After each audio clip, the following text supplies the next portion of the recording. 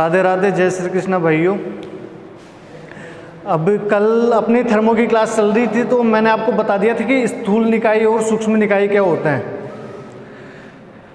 तो स्थूल निकाय तो वो निकाय होते हैं जिसमें बहुत अधिक मात्रा में या बहुत अधिक संख्या में कण उपस्थित हो, तो वो तो स्थूल निकाय होता है। और जो उसमें उपस्थित कण होते हैं, जो उस निकाय में जितने भी कण होते हैं, वो सारे सूक्ष्म निकाय होते हैं।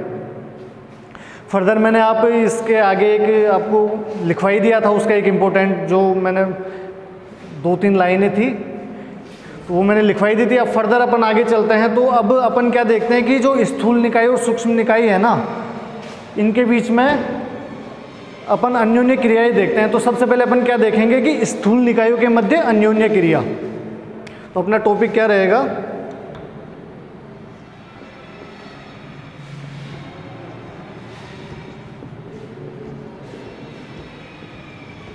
स्थूल निकायों के मध्य अन्योन्य क्रिया। अच्छा, तो फर्दर अपन आगे चलते तो इसमें क्या लेते हैं कि अपन 2 निकायों की कल्पना करते हैं। तो वो दोनों निकाय, एक तो निकाय ए होता है और एक निकाय ए डैश है। तो अपन इन 2 निकायों की कल्पना करते हैं। तो जो अब इन दोनों निकायों को अपन एक दूसरे के संपर्क में रख देते हैं। अब सीधी सी बात है, अगर अपन किसी चीज़ को 2 निकाय अगर उनको अपन एक दूसरे के संपर्क में रखेंगे तो उनके मध्य पारस्परिक अन्योन्य क्रिया होगी। अब जब अन्योन्य क्रिया होगी तो वो ऊर्जा का एक दूसरे में विनिमय करेंगे। तो फर्दर क्या होता है कि जब ऊर्जा का विनिमय करेंगे तो इसकी ऊर्जा इधर ट्रांसफर होगी और उसकी ऊर्जा इधर, यानी निकाय ए की ऊर्जा ए डैश में ट्रांसफर होगी और ए डैश की निकाय ए में ट्रांसफर होगी। तो मैं आपको एक डायग्राम बना देता हूँ।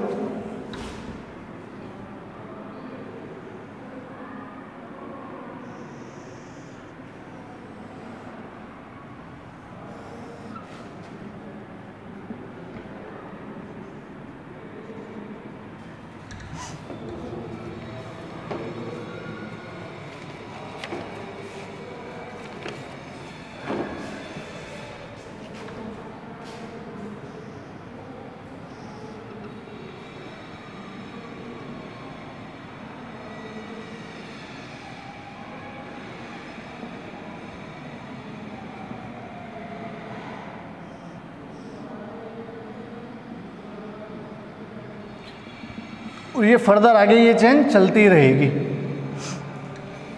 अच्छा, तो ये दोनों निकाय, 2 स्थूल निकाय ए और ए डैश हैं। अब अपन इनको पारस्परिक अब अगर अपन इनको एक दूसरे के संपर्क में रख देते हैं तो इनके मध्य क्या है, पारस्परिक अन्योन्य क्रिया होती है। अब सीधी सी बात है, जब अन्योन्य क्रिया होगी तो ये एक दूसरे की जो इनकी एनर्जीज है, जो ऊर्जा है, वो एक दूसरे में ट्रांसफर हो जाएगी। कि मान लो इसकी ऊर्जा EI है तो इसकी क्या हो जाएगी, प्रारंभिक ऊर्जा EI डैश हो जाएगी। तो फर्दर अपन आगे चलते हैं, अब जो इसकी थ्योरी पे चलते हैं। अच्छा, क्या है कि माना 2 स्थूल निकाय ए व ए डैश हैं। मैंने आगे क्या बताया था कि ये एक दूसरे के संपर्क में रखे हुए हैं।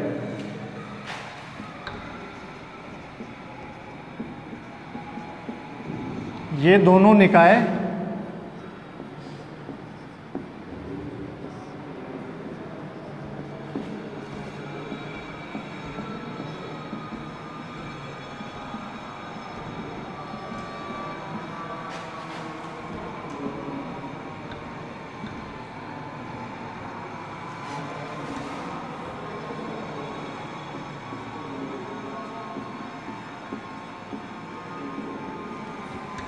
अब इनका मेन जो आइडिया है, मेन पार्ट है इसका, मेन पार्ट यही है इसका कि जब जब ये दोनों निकाय हैं तो इन दोनों निकायों की ऊर्जा क्या है कि अपन जब ऊर्जा संरक्षण नियम से आगे देखेंगे ना, वो फर्दर अभी मैं आपको डेरिवेशन लिखवा दूंगा उसकी। तो इनमें क्या होता है कि जो निकाय ए है इसकी ऊर्जा में चेंज होता है, वो ई आई माइनस ई एफ हो जाता है, और जो निकाय ए डैश है उसकी ऊर्जा में चेंज ई एफ माइनस ई आई हो जाता है। तो सीधी सी बात यह है कि कहने का मतलब यह है कि अगर निकाय एक ही, अगर जब ये उसमें संपर्क में रखे हुए हैं एक दूसरे के, तो आपको ये पता होगा कि हमेशा जो कुल ऊर्जा होती है, टोटल एनर्जी होती है, वो कंजर्व होती है। अब सीधी सी बात है, जब कंजर्व होगी तो अगर इस निकाय की एनर्जी में कमी होगी तो इस निकाय की ऊर्जा में वृद्धि हो जाएगी, यानी इस निकाय की ऊर्जा बढ़ जाएगी, और अगर इस निकाय की ऊर्जा कम हो जाती है तो इस निकाय की ऊर्जा बढ़ जाएगी। तो ये क्या है कि हमेशा है ना, जो टोटल एनर्जी है वो कंजर्व होती है। तो मैंने क्या लिखवा दिया कि ये एक दूसरे के संपर्क में रखे हुए हैं। तो आगे क्या आएगा कि जिसके कारण इन दोनों निकायों के मध्य अन्योन्य पारस्परिक अन्योन्य क्रिया होती है।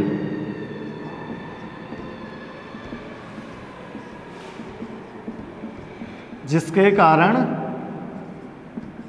इन दोनों निकायों के मध्य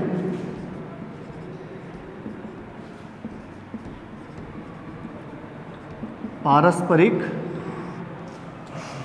अन्योन्य क्रिया होती है।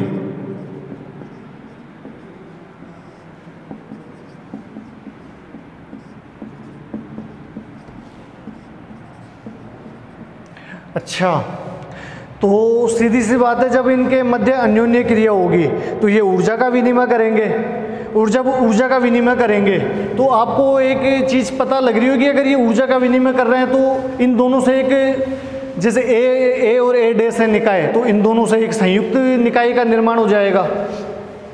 तो क्या है कि इन दोनों के मध्य पारस्परिक अन्योन्य क्रिया होती है,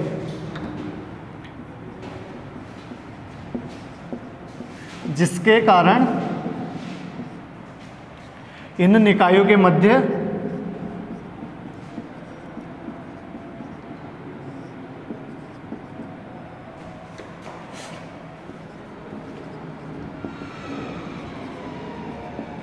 ऊर्जा का विनिमय होता है।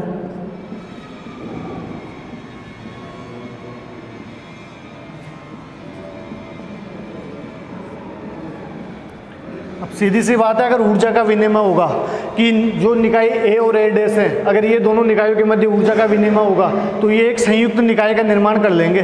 तो वो जो संयुक्त निकाय होगा, जो इन दोनों का जो कॉम्बिनेशन से जो निकाय बनेगा ना, वो ए स्टार निकाय होता है। होता क्या है, मतलब अपन एक मान लेते हैं कि जो इन दोनों निकाय ए और ए डैश है, इन दोनों से मिलकर एक संयुक्त निकाय ए स्टार बन जाता है। ऊर्जा का विनिमय होता है तथा एक संयुक्त निकाय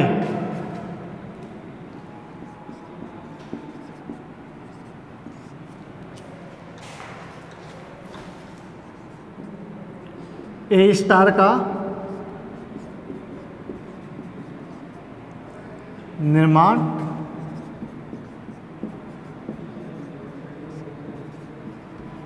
हो जाता है। अच्छा, तो अब जो ए स्टार हो गया, अब ऊर्जा संरक्षण नियम के अनुसार क्या होता है कि जो अपनी टोटल एनर्जी होती है, कुल ऊर्जा होती है, वह संरक्षित होती है। तो ये बात भी लिखो।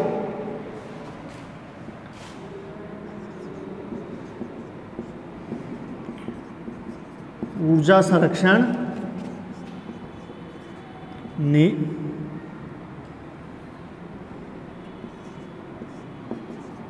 नियम के अनुसार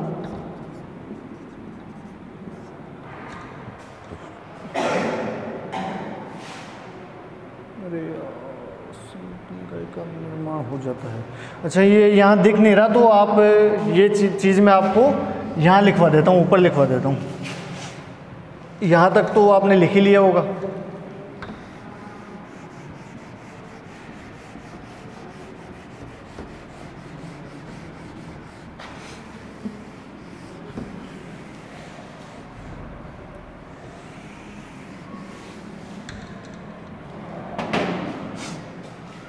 तथा एक संयुक्त निकाय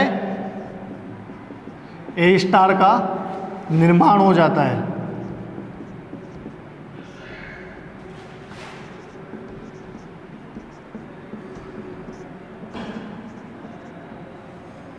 अच्छा, तो अब मैंने क्या बताया था कि अगर जो जो ऊर्जा संरक्षण नियम के अनुसार कुल ऊर्जा इनकी संरक्षित होती है, नियत होती है, तो ये लिखना है अब अपने को।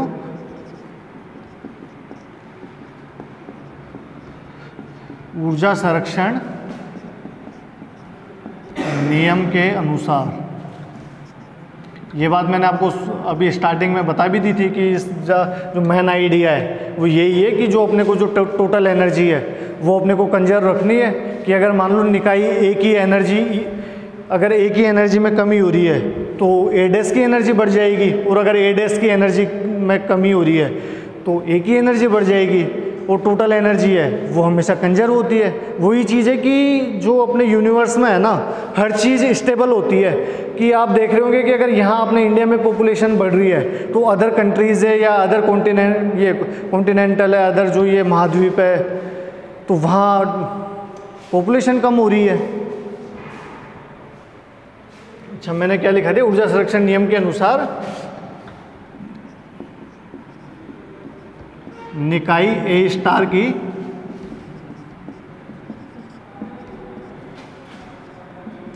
कुल ऊर्जा संरक्षित या नियत होगी।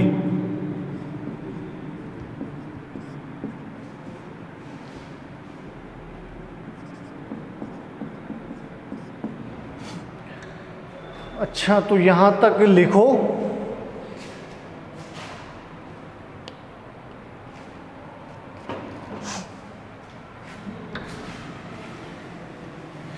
अब अपन ने ऊर्जा संरक्षण नियम की बात करी है तो अपन अब इसके एप्लीकेशन यूज करते हैं। तो अब जब बात करिए तो इसका कैसे यूज होता है ये भी देखते हैं। तो अब जब मैंने क्या बोला था कि ये दोनों एक दूसरे के संपर्क में रखे हुए हैं, तो इन दोनों के बीच में अन्योन्य क्रिया होगी, पारस्परिक, यानी एक दूसरे के मध्य अन्योन्य क्रिया होगी। अब सीधी सी बात है, जब अन्योन्य क्रिया होगी तो अपन ये देखेंगे कि इसमें अन्योन्य क्रिया से पहले क्या एनर्जी थी और इसके बाद क्या एनर्जी होगी। तो अपन लिखते हैं, माना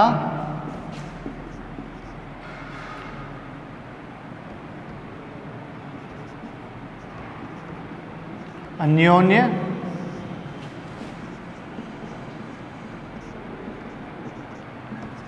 क्रिया से पूर्व निकाय ए की ऊर्जा EI है तथा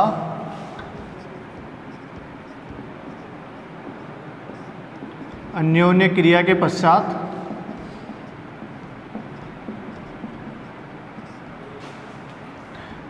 निकाय ए की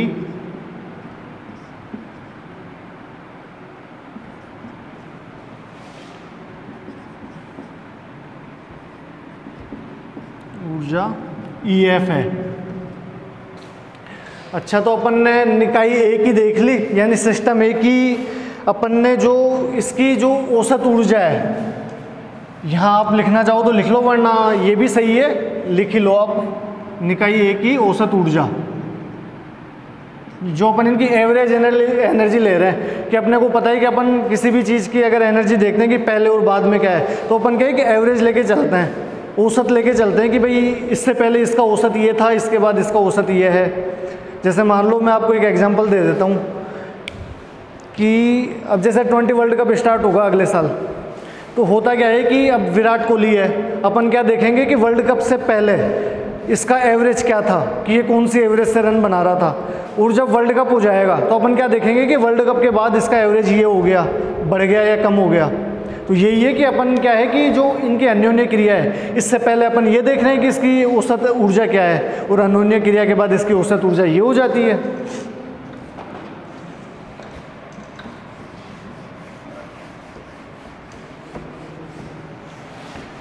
अब अपन निकाय ए की देख लिए, अब इसी प्रकार अपन ए डैश की देख लेंगे। अब फर्दर आगे लिखो, और निकाय ए डैश की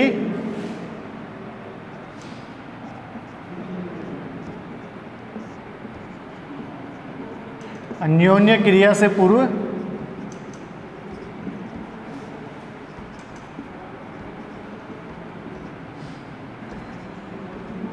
औसत ऊर्जा EI डैश है।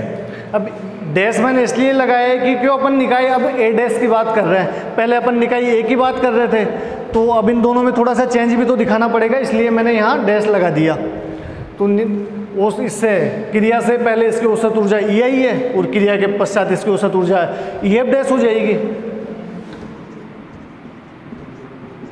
तथा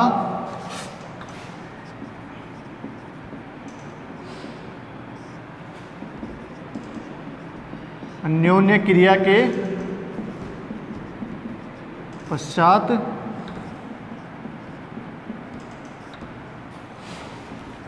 निकाय ए डैश की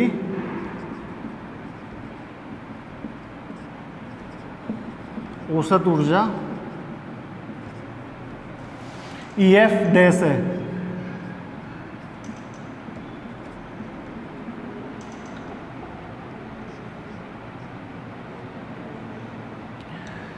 अच्छा, तो अब इनकी अपन ने औसत ऊर्जा देख ली। अब मैंने बताया था कि भाई कुल ऊर्जा संरक्षित होनी चाहिए इनकी, तो अब अपन इनमें एनर्जी कंजर्वेशन का नियम लगाएंगे, यानी ऊर्जा संरक्षण का नियम लगाएंगे। तो फर्दर आगे चलता है।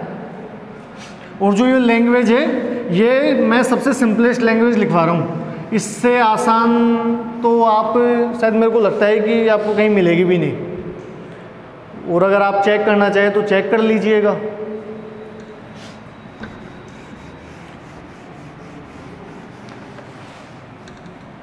अच्छा, तो क्या है, ऊर्जा संरक्षण नियम के अनुसार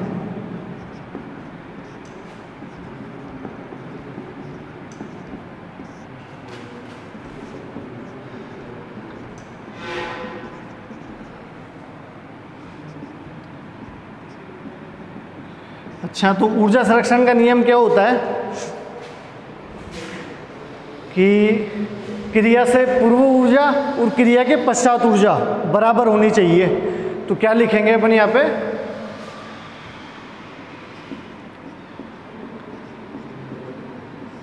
अन्योन्य क्रिया से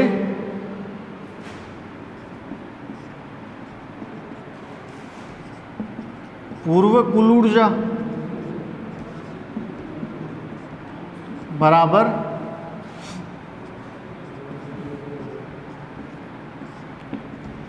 अन्योन्य क्रिया के पश्चात कुल ऊर्जा। अच्छा, तो मैंने क्या लिखवाया था, अन्योन्य क्रिया से पहले जो ऊर्जा है वो निकाय ए की तो EI है और अन्योन्य क्रिया के पश्चात EF है। इसी प्रकार निकाय ए डैश की हो जाएगी कि अन्योन्य क्रिया से पूर्व इसकी पहले जो एनर्जी थी, ऊर्जा थी, वो EI डैश थी, और निकाय इसकी ए डैश की अन्योन्य क्रिया के पश्चात जो इसकी ऊर्जा है वो EF डैश हो जाएगी। तो अपन यहाँ क्या लिखेंगे, निकाय ए और ए डैश की, अब अपने को अन्योन्य क्रिया से पहले देखनी है। अब अपन दोनों निकाय ले रहे हैं एक साथ, तो अपन क्या देखेंगे कि निकाय ए और ए डैश की अन्योन्य क्रिया से पहले कुल ऊर्जा, भाई मैंने यही लिखा है कि अन्योन्य क्रिया से पूर्व कुल ऊर्जा और अन्योन्य क्रिया के पश्चात कुल ऊर्जा। तो अन्योन्य क्रिया से पहले देखते हैं कि क्या क्या ऊर्जा थी उनकी। तो निकाय ए की तो थी EI और ए डैश की क्या थी, EI डैश। इसी प्रकार अपन अन्योन्य क्रिया के पश्चात की कुल ऊर्जा देख लेंगे। इसकी तो हो जाएगी EF निकाय ए की, और निकाय ए डैश की EF हो जाएगी, EF डैश हो जाएगी। अच्छा, तो अब आपको एक चीज़ दिख रही होगी कि ए और ए डैश की एनर्जी जो है, जो ऊर्जा है ए और ए डैश निकाय की, वो अलग अलग है, मतलब अलग अलग। अब इन दोनों में पार्ट में हो ही रहा है ना कि इधर EI और EI डैश है, इधर EF और EF डैश है। तो अपन इनको क्या है कि ए की तो एक तरफ ले लेते हैं और इसी प्रकार जो ए डैश है उनकी एक तरफ रख लेते हैं। जैसे आगे देखो मैं बताता हूँ आपको, अब यहाँ आपको दिखेगा नहीं तो मैं ऊपर लिख देता हूँ।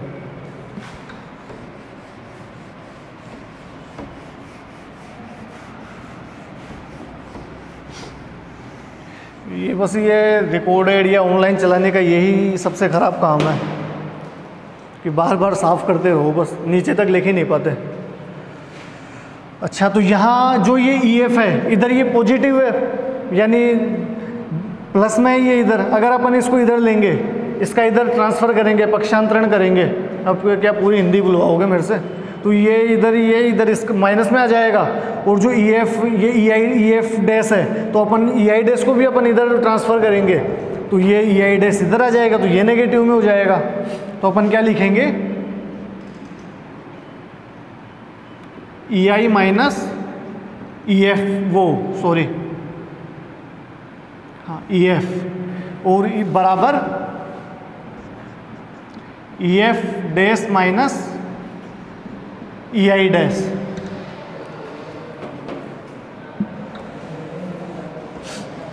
अब आप एक चीज़ तो देखे ही होंगे कि ये दोनों क्या है, ये अलग अलग निकायों की अलग अलग एनर्जीज आ गई, यानी अभिक्रिया से पूर्व कुल ऊर्जा और अभिक्रिया के पश्चात की कुल ऊर्जा। अब इन दोनों की एनर्जीज का अपन को पता चल ही गया, तो अपन अब इसमें फर्दर आगे क्या करेंगे। अब आपको एक चीज़ और दिख रही होगी इनमें कि जो ये एनर्जीज है, जो ये ऊर्जा है इनकी, तो इनमें ये चेंज को दिखा रही है भाई, इनिशियल माइनस फाइनल और फाइनल माइनस इनिशियल है।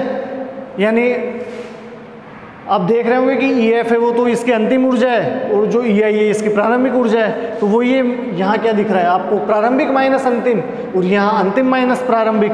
तो अपन क्या करेंगे, इनको जो अब ये स्मॉल चेंज है तो अपन इनको डेल्टा के रूप में लिख लेते हैं। तो अपन इसको क्या लिखेंगे, इसको तो लिखेंगे माइनस डेल्टा EI, वो डेल्टा E लिख लेंगे, और इसको क्या लिखेंगे, डेल्टा E डैश। अब आप ये देख रहे होंगे कि माइनस क्यों और इधर प्लस में क्यों लिखा है, कि अपन ये क्या देख रहे हैं कि इधर तो क्या फाइनल माइनस इनिशियल, और अपन इधर क्या देख रहे हैं कि इनिशियल माइनस फाइनल। तो अब यहाँ अगर अपन इसको EI माइनस EF लिखेंगे तो इधर ये आगे माइनस बाहर आ जाएगा, कॉमन ले लेंगे तो माइनस से माइनस प्लस हो जाएगा, मतलब कैंसिल हो जाएगा, तो ये प्लस में आ जाएगा। तो अब फर्दर आगे चलते हैं, तो इसको आप इक्वेशन 1 दे दो।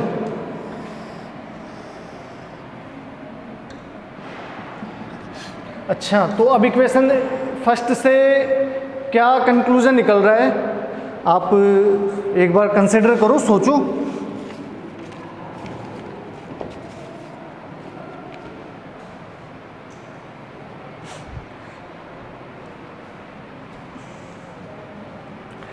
सोच लिया तो मैं बता देता हूं। अब जो यहाँ डेल्टा E है, ये तो निकाय एक ही माध्य ऊर्जा, यानी औसत ऊर्जा, माध्य अपना औसत ही बोलते हैं, तो उसकी कुल ऊर्जा में परिवर्तन को व्यक्त कर रहा है। और जो डेल्टा E है, ये E डैश है, ये निकाय A डैश की माध्य ऊर्जा में परिवर्तन को व्यक्त कर रहा है। तो ये अपन लाइन लिखते हैं,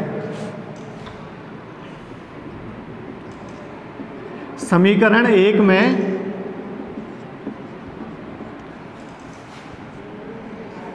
डेल्टा E निकाय A की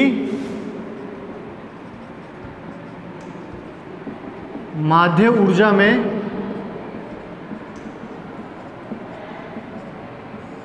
परिवर्तन को व्यक्त कर रहा है तथा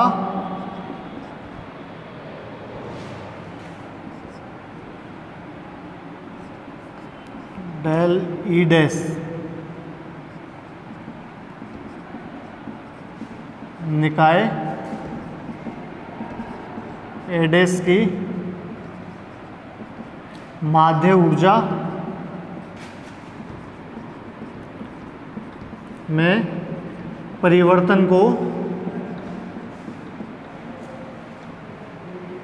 व्यक्त करता है।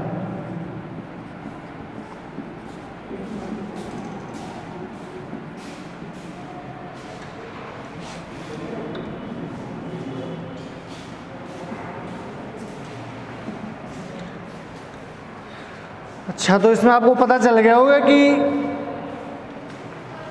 ये डेल्टा E है, डेल E है, ये तो निकाय एक ही माध्य ऊर्जा में परिवर्तन को व्यक्त कर रहा है, और जो डेल्टा E है, E डैश है, वो निकाय A डैश की माध्य ऊर्जा में परिवर्तन को व्यक्त कर रहा है। अब आपको एक चीज़ और दिख रही होगी यहाँ पे कि जो डेल्टा E है इसके आगे नेगेटिव साइन लग रहा है, तो आपको एक चीज़ और कंसिडर करो, विचार करो, थोड़ा सोचो कि जो ई डैश है वो तो निकाय ए डैश, जो निकाय ए है उसमें कमी को व्यक्त कर रहा है, और जो ई डैश है वो निकाय यहाँ पॉजिटिव है, तो ये निकाय ए डैश की जो माध्य ऊर्जा है उसकी माध्य ऊर्जा में वृद्धि को व्यक्त कर रहा है। तो ये लाइनें भी लिखेंगे अपन।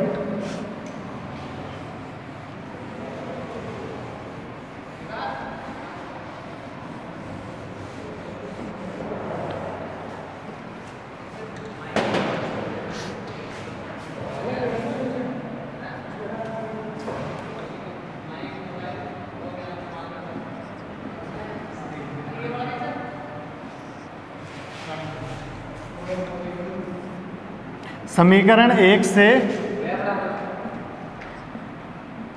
स्पष्ट है कि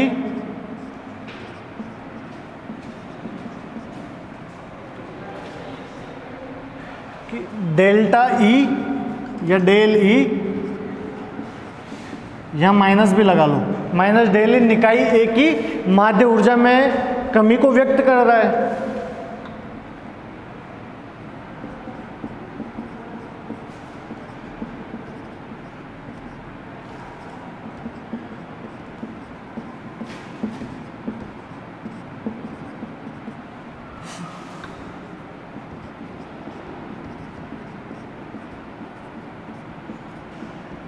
तथा जो ये डेल ई पॉजिटिव वाला है, डेल ई डैश इधर वाला निकाय ए डैश का, वो इसकी माध्य ऊर्जा में वृद्धि को व्यक्त कर रहा है।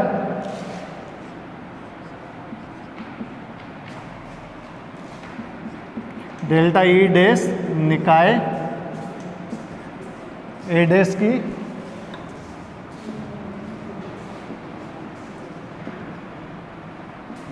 माध्य ऊर्जा में वृद्धि को व्यक्त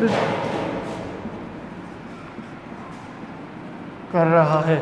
अब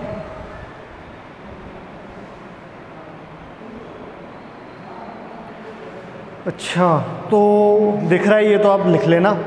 अब मैंने आपको एक चीज़ बताई थी कि मैंने बताया था ना कि जैसे इंडिया में अगर पॉपुलेशन बढ़ रही है तो अदर कंट्रीज़ में पॉपुलेशन कम हो जाएगी।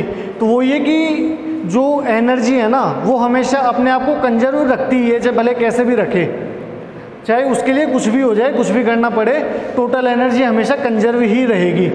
अब क्या है, अगर क्लास चलती तो मैं आपको एक बहुत ही अच्छा सा एग्जाम्पल देता, पर अभी क्या है थोड़ा समय के अभाव के चक्कर में मैं आपको वो एग्जाम्पल नहीं दे सकता कि वास्तव में जो नेचर है ना वो भी जो टोटल ऊर्जा है, टोटल एनर्जी है, कुल ऊर्जा है, उसको संरक्षित रखता है।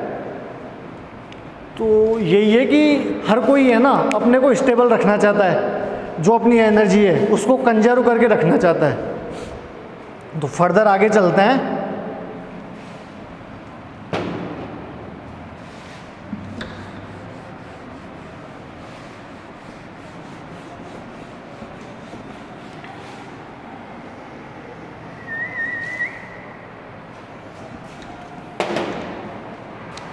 तो जो डेल्टा ई डैश है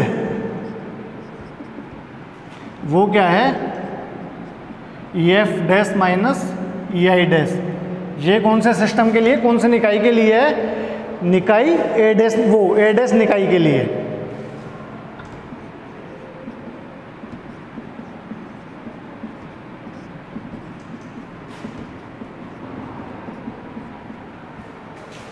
और जो डेल्टा ई है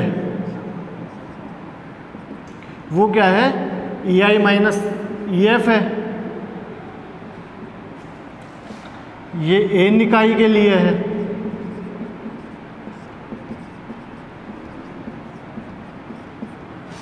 अच्छा, तो अब एनर्जी कंजर्वेशन लॉ अपन ने लगाया ही था। अब आप एक चीज़ देख रहे होंगे कि इसका भी अपन जो एग्जैक्ट नेचर है वो देखेंगे। तो वो कैसे देखेंगे, वो अपन एनर्जी कंजर्वेशन का अब यूज करेंगे। जो ये दोनों निकाय है ना इनको अपन एक साथ लिखेंगे। अब तो अपन देखते हैं कि जो एनर्जी कंजर्वेशन है वो क्या है कि अभिक्रिया से पूर्व कुल ऊर्जा और अभिक्रिया के पश्चात कुल ऊर्जा। तो अभिक्रिया से पूर्व कुल ऊर्जा क्या होती है कि delta E I equal to delta E dash plus some constant. कि एक अपन कुछ भी कांस्टेंट मान लेते हैं। तो अब अपन क्या देखते हैं कि ये K है, अगर अपन इसको इधर भेजते हैं या इसके साथ लिख लो, मतलब कांस्टेंट है ये तो कहीं भी कुछ भी लिख सकते हैं अपन इनके लिए। यहाँ माइनस हटा देते हैं, प्लस हटा देते हैं, तो अपन K के साथ लिख लेते हैं K minus delta E equal to delta E dash है। तो कांस्टेंट है ये तो किसी के साथ भी कुछ भी, कांस्टेंट तो 0 भी हो सकता है, 1 भी हो सकता है, कुछ भी हो सकता है। तो कांस्टेंट का क्या है, इन सब चीज़ों पे इफेक्ट नहीं आएगा, कोई फर्क नहीं पड़ेगा। तो K इक्वल टू क्या हो जाएगा, delta E dash equal to delta E equal to 0। यही एनर्जी कंजर्वेशन लॉ है कि निकाय A और A डैश की कुल ऊर्जा नियत होगी, और जो ये एनर्जी आ रही है ना E और E डैश, A और A डैश, तो अपन ने क्या बताया था कि इनसे जो निकाय A और A डैश है, जब ये पारस्परिक अन्योन्य क्रिया करेंगे ना तो ये एक संयुक्त निकाय A स्टार का निर्माण कर देंगे। और जो ये ऊर्जा है ना, ये E डैश और ये E, ये निकाय A स्टार की ऊर्जा है, जो अपन एक नया निकाय मान रहे थे ना, उसकी कुल ऊर्जा ही है। तो यहाँ इसको समीकरण 2 दे दो, यहाँ नहीं दिखेगा, मैं ऊपर लिख देता हूँ।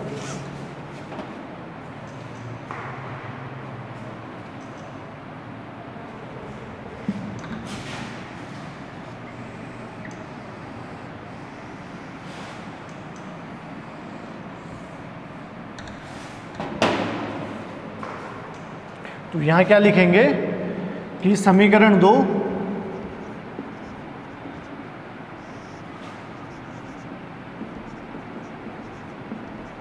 निकाय A स्टार की कुल ऊर्जा को व्यक्त करता है।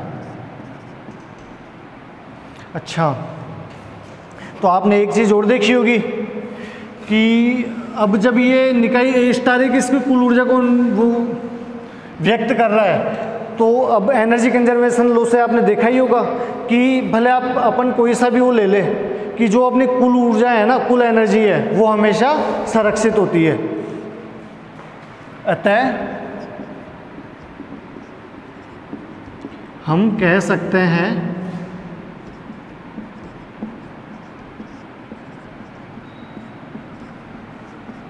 कि निकाय A स्टार की कुल ऊर्जा संरक्षित या नियत होगी।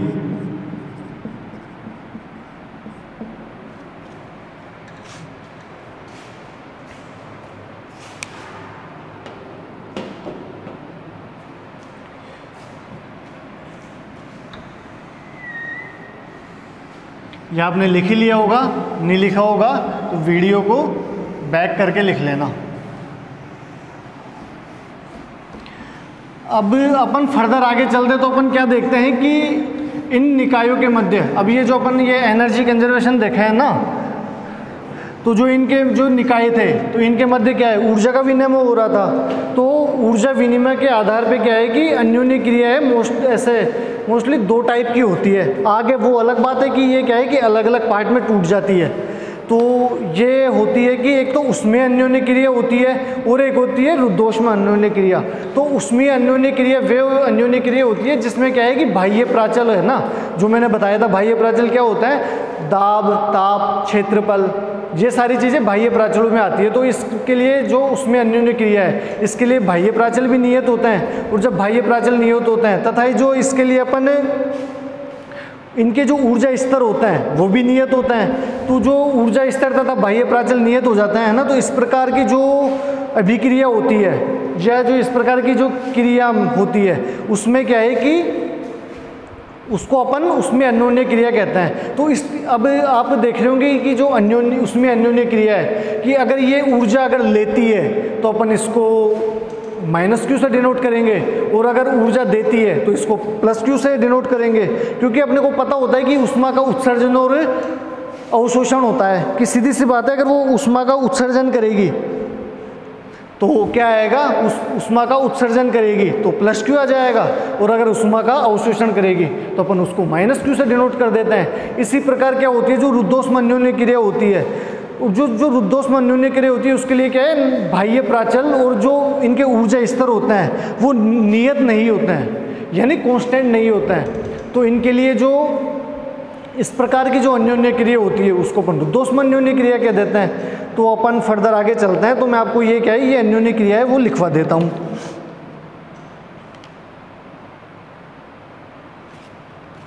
अच्छा, इनके एग्जाम्पल भी मैं बता दूंगा आपको, फर्दर आगे चलेंगे तब। एक बार इनकी डेफिनेशन लिख लो, फिर डेफिनेशन के साथ अपन इनके क्या है वो लिख लेंगे एग्जाम्पल्स। तो अपन क्या करते हैं, पहला क्या है कि ऊष्मीय अन्योन्य क्रिया।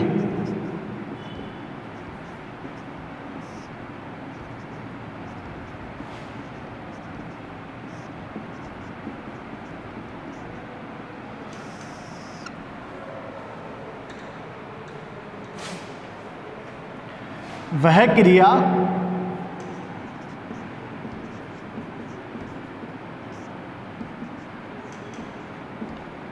जिसमें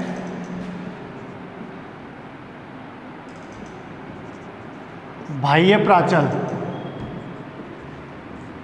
अब बाह्य प्राचल में क्या क्या आ गया, टेम्परेचर आ गया, ताप, प्रेशर आ गया, दाब, क्षेत्रफल आ गया, उसका एरिया, ये सारे क्या है बाह्य प्राचल में आता है। एक्सटर्नल इलेक्ट्रिक फील्ड हो गया, मैग्नेटिक फील्ड हो गया, यानी विद्युत क्षेत्र हो गया, चुंबकीय क्षेत्र हो गया, ये सारी चीज़ें क्या बाह्य प्राचल में आती है। तो अपन यहाँ क्या लिखेंगे, बाह्य प्राचल में क्या हो गया, ताप,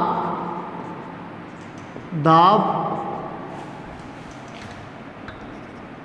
क्षेत्रफल, ये बाह्य प्राचल में आते हैं। तो वह क्रिया जिसमें बाह्य प्राचल तथा जो इनके ऊर्जा स्तर होते हैं। अब ऊर्जा स्तर मैंने बताया था आपको कि जो ऊर्जा स्तर है ना, ये क्वांटम संख्याएं होती है। क्वांटम संख्याओं के ही एक तरीके से मान लो समुच्चय होते हैं। जैसे मैंने बताया था आपको, आपने केमिस्ट्री में भी पढ़ा होगा कि मुख्य क्वांटम संख्या, दिग्गंशी क्वांटम संख्या यानी principal quantum number, azimuthal quantum number, और फर्दर आगे स्पिन क्वांटम नंबर और magnetic quantum number, S M, आपने ये सारी चीज़ें केमिस्ट्री में पढ़ी हुई है। तो जो ये ऊर्जा स्तर होता है ना, ये इनके ही समुच्चय होते हैं, एन, एल, एस, एम इनके। तो वह क्रिया जिसमें बाह्य प्राचल तथा ऊर्जा स्तर नियत हो।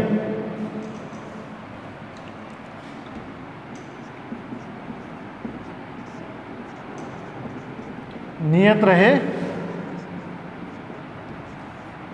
ऊष्मीय 10 मिनट और,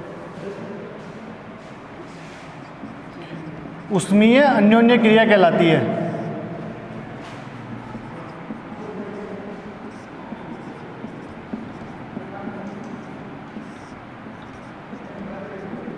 अच्छा, अब मैंने बताया था कि उसमें अन्योन्य क्रिया कहलाती है। अब मैंने आपको बताया था कि अगर इस अन्योन्य क्रिया में अगर ऊर्जा की वृद्धि होती है तो इसमें ऊर्जा का क्या होता है, अगर ऊर्जा का अवशोषण हो रहा है, और अगर ऊर्जा की कमी होती है तो ऊर्जा का उत्सर्जन हो रहा है। तो अपन क्या लिखेंगे कि यदि इस प्रकार की अभिक्रिया में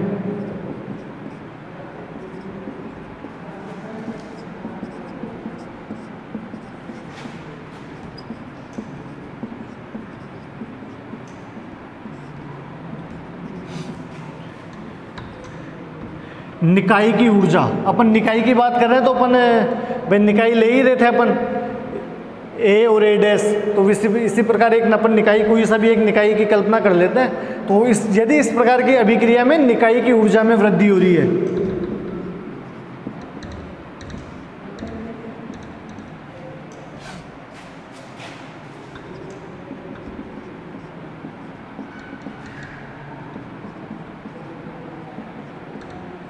यदि इस प्रकार की क्रिया में या अभिक्रिया में निकाय की ऊर्जा में वृद्धि होती है, अभिक्रिया मत लिखो, क्रिया लिख लो, थोड़ा बढ़िया वर्ड लगेगा। ऊर्जा में वृद्धि होती है तो इसमें क्या होता है, ऊर्जा का अवशोषण कर रहा है। यानी मान लो कोई सी भी अगर किसी भी चीज़ की अगर एनर्जी बढ़ रही है तो सीधी सी बात है वो किसी ना किसी चीज़ को ले रहा है तभी तो उसके पास बढ़ रही है। जैसे मान लो अगर तुम्हारे पास 10 रुपये हैं, अगर आपको कोई भी आके अगर आपको 10 रुपये और दे दे तो आपकी सीधी सी बात है आपकी पहले जेब में 10 रुपये था 20 रुपये हो गए तो बढ़े ही ना। तो आपने क्या किया, 10 रुपये का अवशोषण किया है, आपने 10 रुपये लिए हैं तो सीधी सी बात है आपकी 10 रुपये और बढ़ गए जेब में तो 20 रुपये हो गए टोटल। तो इसी प्रकार क्या होता है कि यदि किसी क्रिया की में निकाय की ऊर्जा में वृद्धि होती है तो वृद्धि हो रही है तो वो अवशोषण कर रही है ऊर्जा का, वृद्धि होती है तो वह ऊर्जा का अवशोषण करती है। अब सीधी सी बात है अवशोषण कर रही है तो वो ग्राही हो गई। और अपन एनर्जी को किससे डिनोट करते हैं, क्यू से डिनोट करते हैं अभी।